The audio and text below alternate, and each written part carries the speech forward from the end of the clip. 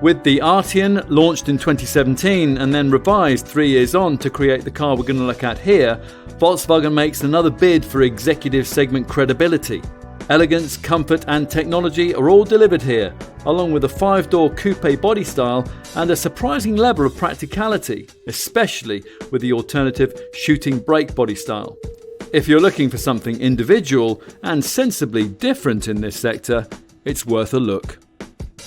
So, lots to talk about with this revised Arteon. New engines, including a plug-in PHEV model, a more responsive four-wheel drive option, new assisted driving tech, and a fire-breathing flagship Arteon R performance model with 320 PS, all of which can be fitted to a brand new shooting brake body style if you don't want this fastback Gran Turismo hatch. But of course, much has also remained the same. As we said when we first tested this car, in many ways the whole Gran Turismo concept rather suits this Arteon. GT motoring is supposed to be about high-speed touring rather than out-and-out sports car driving dynamics, and if you judge this Volkswagen purely on that criteria, then you're likely to be quite satisfied with it. Refinement is excellent, as is ride quality, thanks to a specially developed 4-link independent rear suspension setup that can be embellished with a sophisticated DCC, dynamic chassis control adaptive damping system. DCC is optional on the mainstream models, but it comes as standard if you go for one of the top 4Motion 4-wheel drive variants, which also get an XDS electronic differential lock system to help get the power down at speed through tight turns. You won't really want to go throwing this Volkswagen about though. It really isn't that kind of car, but what it lacks when it comes to driving on its door handles, it more than makes up for with exemplary transcontinental style cruising ability. This car's latest travel assist system now allows level 2 partially autonomous driving at speeds of up to 130 miles an hour. And the adaptive cruise control system is now predictive, meaning it can anticipate and adapt to road conditions before you reach them. All of which clues you up for what you're in for here, a driving experience which in every way is prioritised towards laid-back comfort, exactly as a typical Arteon user would want. Engine-wise, 2 key changes have been made to this revised model, with perhaps the most significant being the introduction of the Wolfsburg brand's latest Evo Series 2-litre TDI 150 PS diesel engine, a unit that, when paired with the DSG 7-speed automatic gearbox that most Arteon customers want, is capable of up to 58.9 mpg on the WLTP cycle and up to 128 grams per kilometre of WLTP rated CO2 in this fastback model. The other key change relates to the freshly introduced petrol-electric plug-in power plant used in the e-hybrid plug-in variant, which gets a large 13 kWh battery, which enables a WLTP rated driving range of up to 33 miles. As for the more conventional engines, well, the range kicks off with the VW Group's usual 1.5 litre TSI 150 PS petrol unit, but that can't be had with the DSG Auto gearbox that most Arteon folk want, which means that you're just as likely to be looking at the 2 mid-range powertrain options, which only come in auto form, either the 2 litre TSI 190 PS petrol model we're trying here, or the uprated 200 PS version of the 2 litre TDI diesel, which incidentally is the only mainstream engine in the range that can be ordered with the option of Volkswagen's 4Motion 4-wheel drive system, now improved with selective wheel torque control. That 4Motion setup also features on the fire-breathing Arteon R performance flagship model that we mentioned earlier. That uses the 2 litre TSI petrol engine in an uprated 320 PS state of tune. Volkswagen design chief Klaus Sikora believes the Arteon merges the design elements of a traditional sports car with the elegance and the space of a fastback. The key frontal updates that characterise this improved model relate to this broad, deep grille, which gets the latest Volkswagen badge at its centre.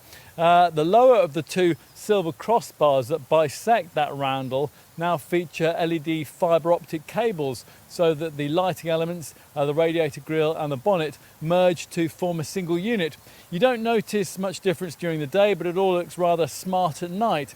This lower apron is different too. It was previously composed of 4 chrome bars, but it's now made up of 3 significantly more striking ones.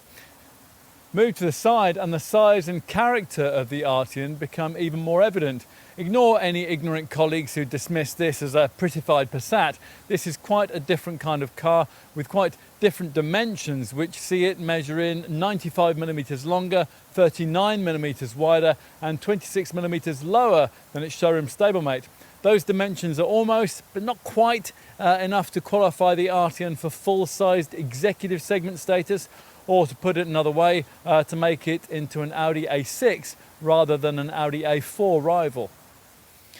The shaping from the B-pillar backwards will of course depend on whether you've chosen the Shooting Brake Estate body shape or the Gran Turismo 5-door hatch. Both feature this swept back roofline, and we like the uplighter effect of these sculpted lower panels. With this Gran Turismo hatch model, subtle changes feature at the rear, where that revised Volkswagen badge is flanked by restyled LED light clusters that'll feature this darkened tinting, providing you avoid entry-level trim. Rather surprisingly, yes, a complete redesign of fundamental fascia architecture rarely features with merely facelifted models, but that's what we've got here. The entire dash panel is different. The air outlets, the center console, the surfacing, the trim panels, all of it. And there's a smarter looking 3-spoke steering wheel too, which is now of the touch sensitive capacitive kind. As before, the instrument dials are replaced on all models by Volkswagen's customizable active info display, a 12.3-inch TFT screen with an almost infinitely customizable layout of crystal clear virtual graphics. Anything that the instrument binnacle can't tell you will almost certainly be covered on or duplicated by this 8-inch Center Dash Discover infotainment display. Discover Pro 9.2-inch screen is available on request. At the wheel, if you're used to an Audi or a BMW, then you might not especially like the way that these superbly supportive Ergo Comfort seats position you a little higher in front of this 3-spoke leather-stitched wheel. Still, that is useful for maximizing rear 3/4 vision, which is better than it usually is on Gran Turismo style models of this type, and that's despite the narrow rear window and the thick, steeply angled rear pillars. Let's take a seat in the back. The higher roofline of the alternative Shooting Brake version of this model makes it slightly easier to get into the rear. Once inside, despite 1.48 meters of interior width, this car isn't suited to the carriage of 3 adults. Gran Turismos never are. The prominently high central transmission tunnel mitigates against that. You do, though, courtesy of the lengthy 2.84 meter wheelbase, get standards of legroom that are on another level from competing Audi A5 Sportback and BMW 4 Series Grand Coupe models. The actual legroom figure in this Arteon is 1016mm with both body shapes, and that matches what you get from full-sized executive saloons from the next class up, measuring over 5 meters in exterior length. Class-leading headroom, of course, can't be offered here, but the swept-back roof, as you can see, doesn't compromise headroom too much. There's 940mm of it. Lankier 6-footers may find themselves brushing the smart headliner, but only in this hatch model. That's less of an issue in the Shooting Brake, which offers 48mm more ceiling height. Let's finish this segment by taking a look in the boot.